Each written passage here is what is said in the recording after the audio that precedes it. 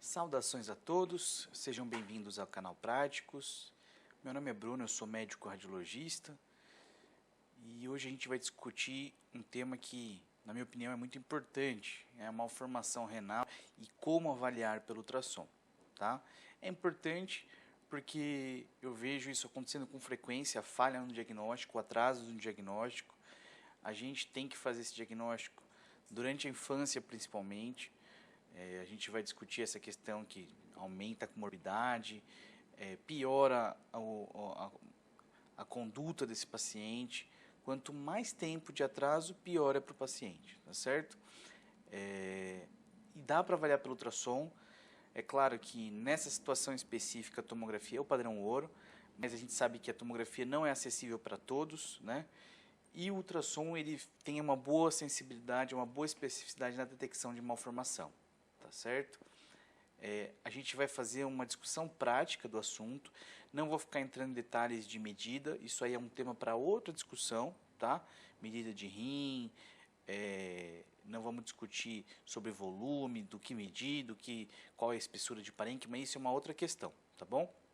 Eu quero que hoje a gente entenda e saia reconhecendo as principais patologias e as principais variações anatômicas que não têm nenhuma repercussão clínica, tá bom?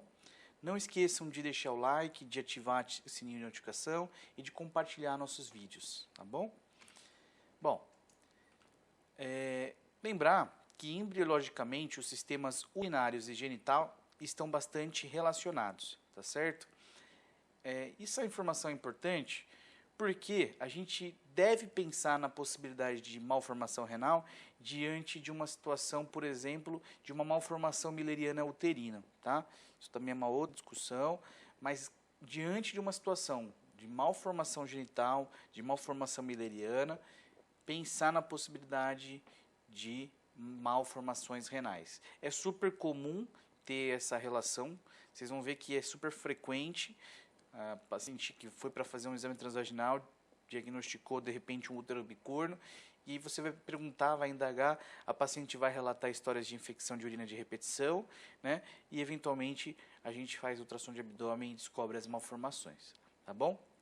Das malformações, as anomalias de forma e as anomalias de posição do rim são as mais comuns, tá certo? Boa parte dessas tem clínica, né, que eu falei, infecção de repetição, cálculo renal, tá certo? E é importante a gente fazer o diagnóstico correto da alteração morfológica para poder iniciar o tratamento precocemente. As malformações renais são todas essas daqui, a gente vai discutir elas e dar uma pincelada na parte prática dessas situações, tá bom?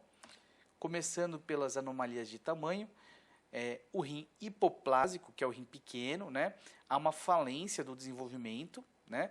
E apesar de pequeno e pouco numerosos, o sistema coletor ele funciona normalmente. Então a gente vai ter um rim que é menor em relação ao lado contralateral, tá certo? Porém, ele é funcionante. Na cintilografia, que faz para medir a função renal, ou qualquer outro exame de prova de função renal, a gente tem a função renal preservada, tá certo? E a hiperplasia, que é o oposto, é quando o rim está muito grande, ele vai estar presente em situações ou que há uma agenesia ou que existe uma hipoplasia funcional do lado contralateral. Então, quando tem uma agenesia de um lado, que seria a não formação desse rim, o rim contralateral ele fica aumentado, ele fica vicariante, ele compensa a ausência do rim contralateral, tá certo? Na prática, como é que a gente veria? A gente está diante de um rim direito e o rim esquerdo de uma criança.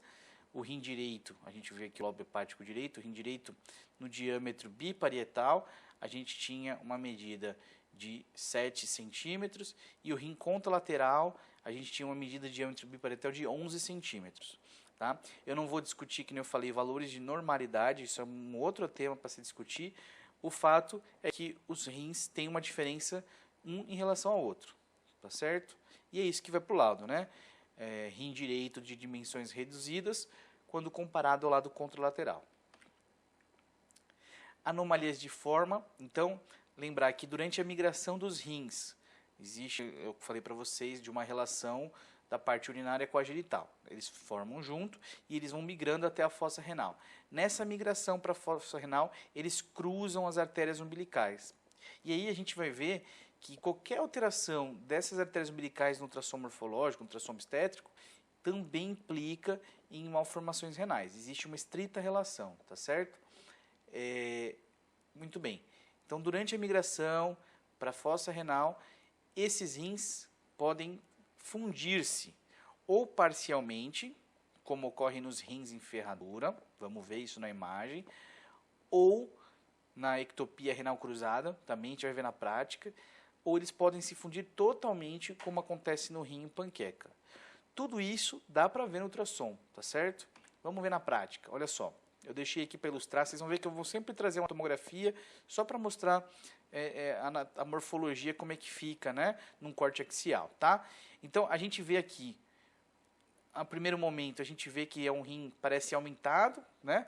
Só que ele é irregular, a gente vê que existe uma divisão, né, da parte central mais ecogênica, a gente consegue ver que o formato dele é diferente, tem uma lobulação, tá certo? Quando a gente faz o lado esquerdo para comparar, a gente vê que não tem rim esquerdo, tem só o rim direito, uma massa renal única, fundida pelos polos. Isso aqui é uma ectopia renal cruzada, ectopia renal cruzada, fundida, porque há uma fusão desses rins. Às vezes pode ter só uma malformação de posição, a gente vai ver que também isso acontece, né? Mais de uma malformação junto, né?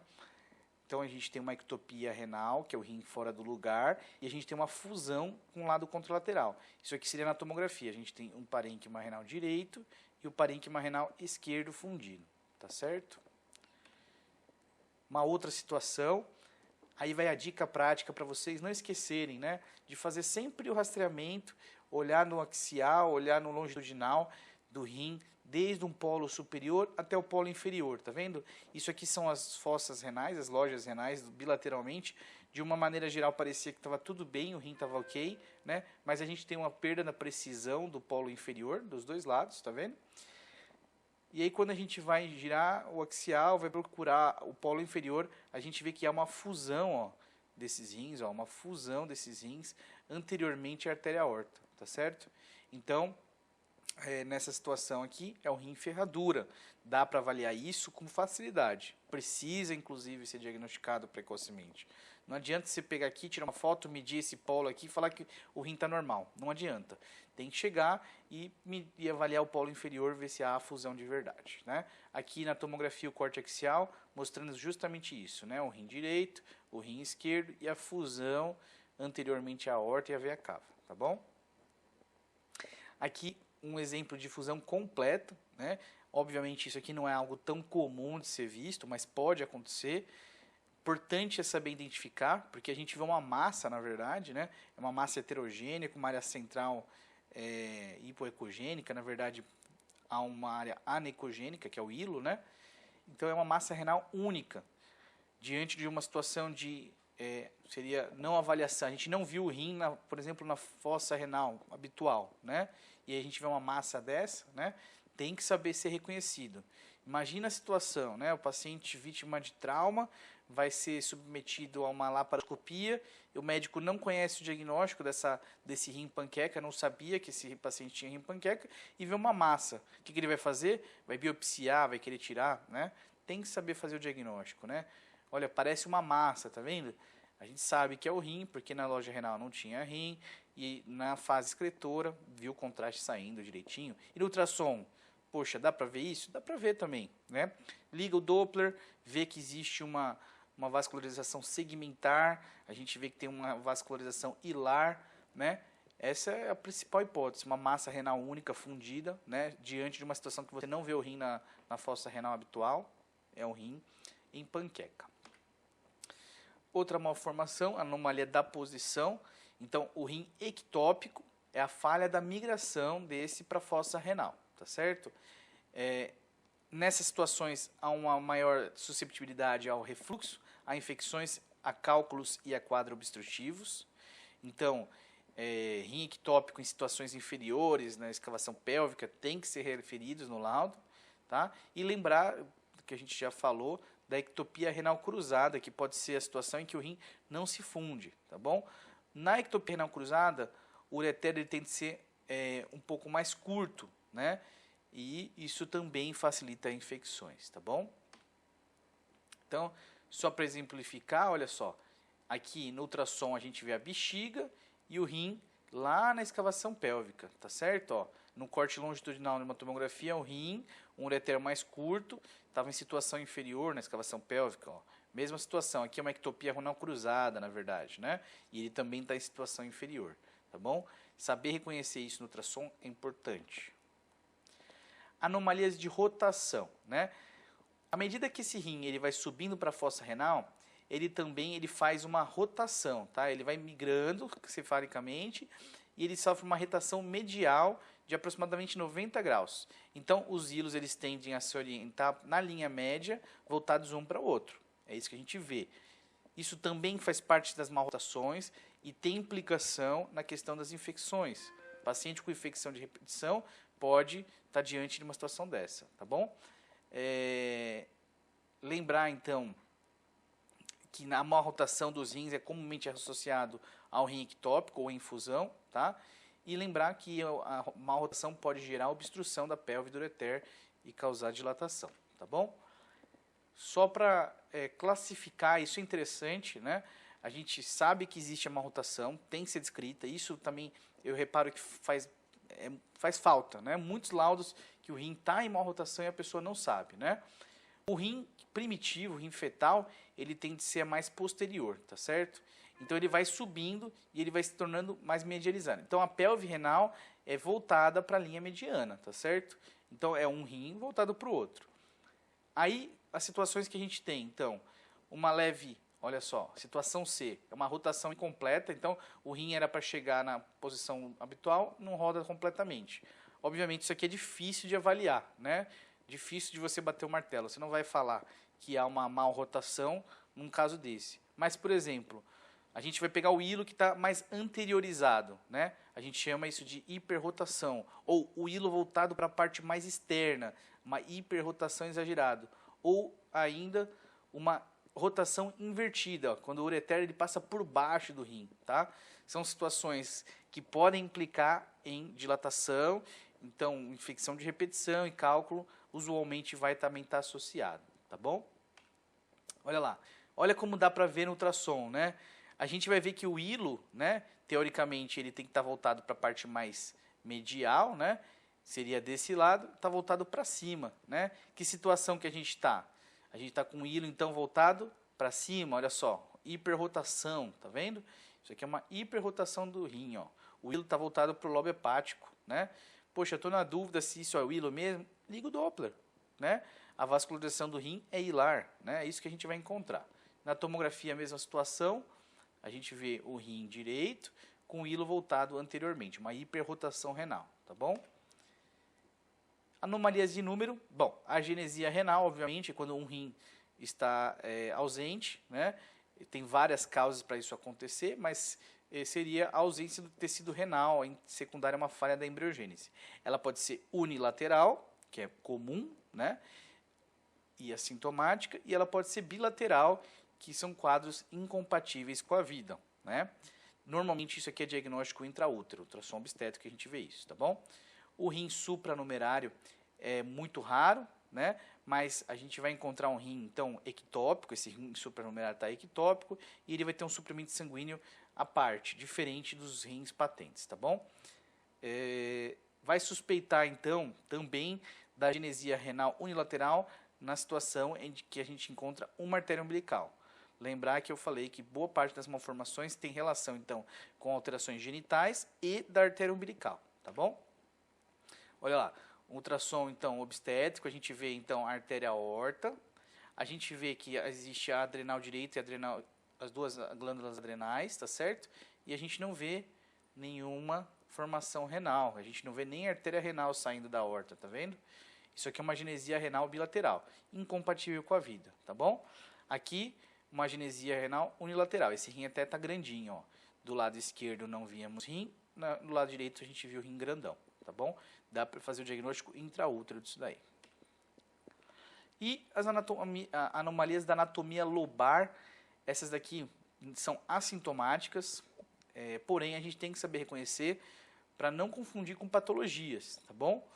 são comuns, frequentes, muitas vezes não são referidas e muitas vezes são referidas como sendo tumor.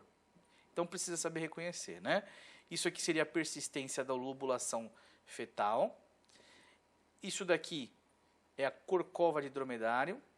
E esse abaulamento aqui é a hipertrofia do septo de Bertin ou coluna de Bertin. Hipertrofia da coluna de Bertin. A gente vai ver na prática, isso aqui simula às vezes um nódulo, né? Simulam nódulos ou alterações que parecem ser sequelares. Precisa reconhecer isso para não confundir o diagnóstico, tá bom? Olha lá, isso aqui é uma persistência da lobulação fetal, tá vendo? Como o rim é bem lobulado, olha lá na tomografia como ele fica, ó, bem lobulado, tá? Persistência da lobulação fetal. Olha outra situação, hipertrofia do septo de Bertin, ou da coluna de Bertin.